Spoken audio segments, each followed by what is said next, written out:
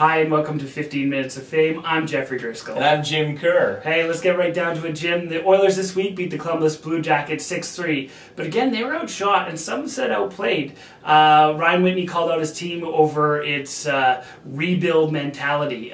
Jim, you hate the let's play for the first overall pick mentality of fans. What do you think about the team's, or the fans' low expectations of the team this year? Drives me nuts. Yeah. I hate that. Well, it's a rebuild year, because doesn't it seem like we've already had a couple of those? Yeah, 10 years of it. I can't. It drives me nuts. And if that's the mentality the players have, I hope it isn't. But some nights you kind of wonder if that is the mentality they have. There's something really, really wrong. But I love Whitney for calling them out. And I remember when he first came to the team last year, that's the kind of stuff he was saying. Yeah. And I hope players that do have that mentality hear him at the next stall over saying that, and maybe sharpen up a little bit. I mean, I agree completely that the Ryan Whitney, he's great, and people shouldn't be with that mentality like, oh, they can just go out there and give it half-ass for a game. But I mean, I think that the fans shouldn't get on if they lose a couple of games in a row, because it is a rebuild. They've come out and said it's a rebuild. So I'm okay with that. I'm not okay with them going out with the mentality that they're going to lose every week. That's for sure. But I'm okay with the rebuild mentality, and they can lose a couple of games. Like, say they want to work on their penalty kill, and they just work on their penalty kill for that game. I'm okay with that kind of stuff. Jeff, have you heard of practice? Yeah, okay. We're not talking about the game. Talking about practice. Talking about practice. But that's where you work on stuff. These are professional athletes. Yes. They don't have too inexperienced of a team. They have good goaltending. They have a pretty deep pool of forwards who, when they're on their game, are able to carry the team. The defense they could improve on. Definitely they could improve on. I know fans haven't been too hard on them, but when you see them losing like they are sometimes they go through stretches and you say, well, come on now, you had 2 shots in the whole period. I do not like, especially when they're kind of let off the hook a little bit, when people say, well, it's a rebuild year. Nobody likes that kind of rhetoric. Yeah. It drives me up the wall. No, I understand.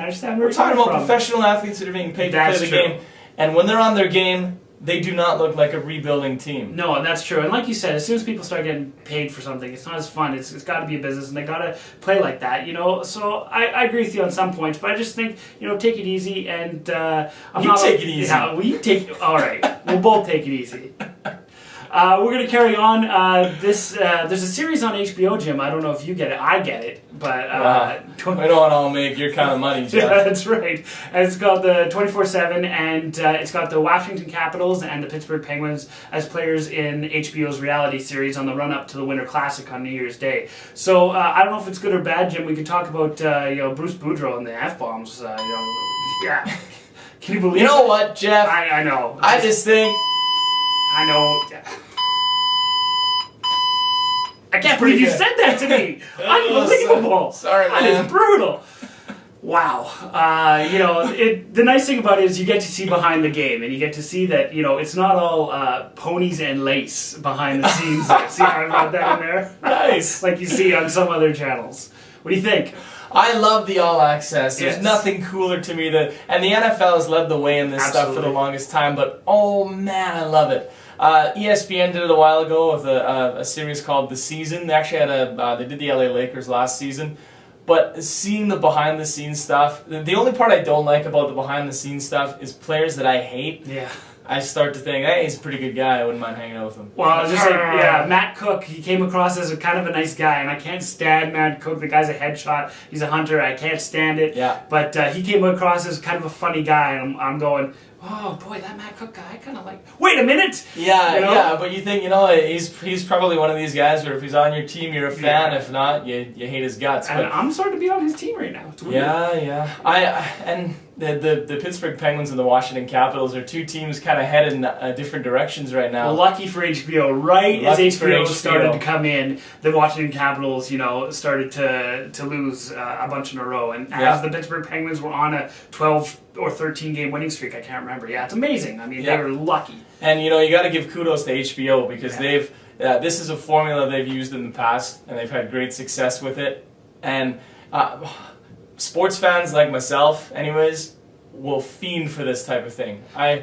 Totally. I wish it was constant. Well, this is my question, Jim. I mean, this is HBO's first real entry into the hockey mainstay, but I mean, CBC's been around for 50, 100, 150 years before even hockey was around. Why doesn't CBC get access like this or try stuff like this? Are they just chicken? It might be they just don't have the vision. Yeah. They might not have the vision that even you look at ESPN with the 30 for 30 series. Yeah, I love that. You never see anything like that. On this side of the border. No, I just don't understand why. I mean, it's so much better for hardcore fans or for getting in other fans, like... Oh, yeah. That's, I just don't understand. So sticking with the Winter Classic, which is what the lead up to that HBO series is going to, the NCAA Cold War outdoor game happened here last week. We saw Michigan beat Michigan State 5-0. It had an attendance of over 113,000 people, Jim. It was a world record for a hockey game. And the NHL's got their Winter Classic. Why can't they get that kind of attendance? I do not know. This game, 113,000... is like 70+ thousand more than the last Winter Classic. At Wrigley Field. How does that happen? And sure, Wrigley Field doesn't have that kind of capacity, but why are you having it there? This is an opportunity to... Everyone knows about this NCAA game, mainly because, oh my God, 113,000 people went to it. This is an opportunity to put a real stamp on the market. Maybe non-traditional hockey, you say, oh, did you hear about that game that was on? Yeah, a couple hundred thousand. The NHL doesn't do that. They settle for 38. Yeah, 38,000 the last one. And the Winter Classics, the attendance has gone down year after year. And I don't know. What's cool about college athletes is not cool about professional best hockey players in the world. Yeah, totally. I just don't understand. That's the thing. You should have the draw, right? Like, I understand that the college athletes, they've got the college fans, and they're hardcore and that kind of thing. But, I mean, you don't have hardcore fans for Sidney Crosby versus Alexander Ovechkin on January 1st, I'm sure if they made enough tickets available and made them... I would be surprised if there wasn't, people scrounging for tickets at every Winter Classic so far. Yeah. They're sold out. Oh, man. So why not just make more available? I don't know what the prices are, but I assume they probably gouge a little bit for these tickets. Probably more than the NCAA. That's probably a contributing factor. Although, I don't understand how the NHL can't compete with the NCAA. Sure, football, they get these kind of fans all the time, but what about NCAA hockey? I don't know. No, agreed. It's sad. No, it is. Moving on, we have our featured the GABBYs, our good and bad by you. So what we'd like is for you to email us or write in who you think is the best or the worst stories in the sports world for the week. Right now, our first good here is Detroit Red Wings' Nicholas Lidstrom, your boy Nicky Lidstrom, notches his first career hat-trick in his 19th season at the ripe old age of 40. It's good to see these rookies... Oh, wait. 40. 1,440-some games, and he gets his first hat-trick. Good for him. He's one of the best, if not the best defenseman of the past 15 years. In my opinion, it's nice to see him get his first hat-trick. Absolutely. I wonder... These old men, I don't know what it is. Do you think he got the puck with the tape on it? First career hat trick. I hope so. Boy, I haven't gotten one of these in 1,400 games since my first career goal. That'd be great. It's a good story. I like it. Yeah, exactly. Another good is Matt Hulsizer works on a lease with the city of Glendale in Arizona, and the Phoenix Coyotes could finally be sold. Should they change the name to the Arizona Coyotes? My vote's for the Winnipeg Jets. Yeah, if they're going to change their name to Glendale Winnipeg Jets. Yeah, I like that. Do a little throwback there. As well on the good side, pitcher Cliff Lee re-signs with the Philadelphia Phillies. He leaves some money on the table from his offer with the New York Yankees. To come back and play for Philly and really go for a championship. Good of him to only take $120 million over 5 years. Really. Well, it's a selfless act. And totally selfless. It's not the type of thing you see every day. No, that was good of him. Yeah. I'd like to see more pitchers only take $120 million over 5 years. Yeah, because it's not all about money, people. No, it's not all about money and the team. That's right. On the bad side of the GABBYs here, we have the Continental Hockey League in Russia, which I think it's such a joke. Had a line brawl that looked completely premeditated there last week. 6 seconds into a game, the players from one team all shed the mitts at the same time and beat the crap out of this other team. How is that? I just don't understand how the KHL could think that they're eventually going to be anything more than Bush League if they keep trying to do stuff like this. Granted, I guess it's the one team doing it all the time. That's true. What? There's something you could probably do about that. There probably is some. I don't know what it is. Yeah. It's interesting to note the players. They were suspended for a pretty significant amount of games. I think it was 14, 13, 12, and 11 for some of the guys. But they were also fined between $300 and $800. Wow, that'll teach them. So that sends a message. Yeah, absolutely. Don't do it. $300. It's better than last year, though, where the same team got into a big line brawl and there was one guy suspended for one game, I think. Brutal. One game. On the bad side, Brett Favre's consecutive starts record ends at 297 due to shoulder injury.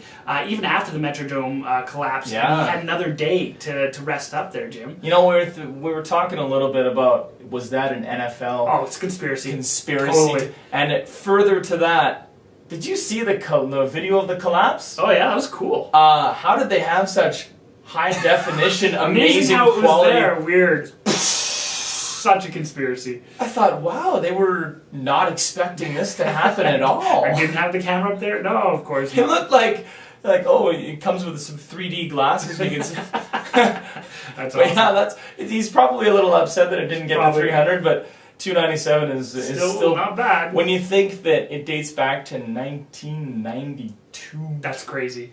Isn't that nuts? I was 7. Wow. Yeah. On the other, another rounding out the bad side is Gilbert Arenas has been traded from the Washington Wizards to the Orlando Magic. It was basically the beginning of the end of his era there when he brought the gun into the locker room. Imagine that. They don't want him back in the locker room. I can't think of who else he's going to play for, though, after this, because he's done the Wizard, he's done the Magic. That's fantastic. Yeah, the New Orleans Goblins. Yeah, maybe. When they're maybe sold and moved. Change their name again. Yeah. We're going to move on to quick hits, as you wrote about in your blog this week, Jim, at anysportanytime.ca. Go there right now. Well, not right now. Soon. After you see us. Dallas Cowboys Tashard Choice asks Philadelphia Eagles quarterback Michael Vick for an autograph while still on the field after the game. What did you think about that? Yeah, I don't know. I think it's fine to get an autograph from someone you're playing with or against. Yeah, it's okay. Not in front of the thousands of paying customers and the HD cameras right there. Cameras and the thousands, maybe millions of people watching at home in the feature game on a Sunday night. Oh, no kidding. After a 3-point loss in what's been an unbelievably disappointing season for your Dallas Cowboys. Yeah, probably wasn't the right idea. That said, I mean, he claims, I know Michael Vick. So it's okay. Okay, shoot him a text. Yeah, exactly. Yeah. Hey, can we meet up afterwards? You're practicing in the same city for a few days before you play. I'm sure you'd probably go out for dinner. The question you asked, though, did Choice have a pen on him the whole time? I wonder. I just pictured the Terrell Owens pulling the Sharpie out of the sock. What are you thinking, man? Okay. It doesn't look right. I think it's fine to do it, but it just doesn't look right. No, I agree. The Edmonton Oilers this week debuted their dance team called the Octane. Jim, are you for or against the dance team? Well, the Oilers say it's just something to add to the overall experience. That's fine. Sure. First Canadian team to do it? I guess you could say it's cutting edge in some ways. In other words, for the Canadian side? They're not bringing it in to draw in fans. No. So they're at least doing it for the right reasons. Just something, another little thing. There's other teams in Edmonton with well-known cheer teams, so I don't think it's as bad. I know there was quite a blow-up over it. It really was. I don't think it was as bad as it seems. The Edmonton Oil Kings this week had their teddy bear toss. That's where fans bring teddy bears to the game, and then when the Oil Kings score their first goal, they throw them out on the ice, and then it's all collected for charity. Jim, the Oil Kings didn't score a goal the whole game. Why do the Chilliwack Bruins hate Christmas? That's a really good question. That's what I want to know about it. I was kind of hoping that the first goal would come in the shootout of a 0-0 game, so it would disrupt the whole thing. That'd be fantastic.